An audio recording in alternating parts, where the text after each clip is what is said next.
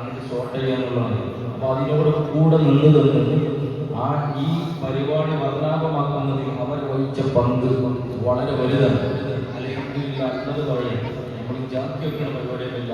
പക്ഷേ ഉള്ള ഈ ഒരു ആവശ്യങ്ങളിൽ ജോലി ചെയ്തത് ഇത്തരം കാര്യങ്ങൾക്ക് വളരെ സംതൃപ്തിയായി തോന്നിയ ഒരു അനുഭവം മഹലിൽ നിന്നാണ്.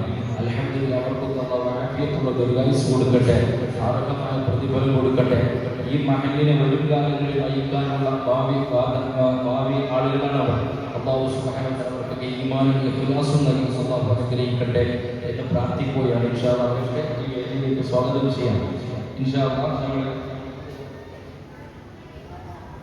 സ്വാഗതം ഈ സമ്മാനം കൊടുത്തിട്ടും പോകാം. ഇവിടെ അസ്രഫാക്കൂടെ ലത്തീഫ് സ്വാഗതഗാനം വരും. എവിടെ സ്വാഗതഗാനത്തിൻ്റെ ആളുകൾ വരും. അതോടുകൂടി നമ്മുടെ പരിപാടി തുടങ്ങാണ്.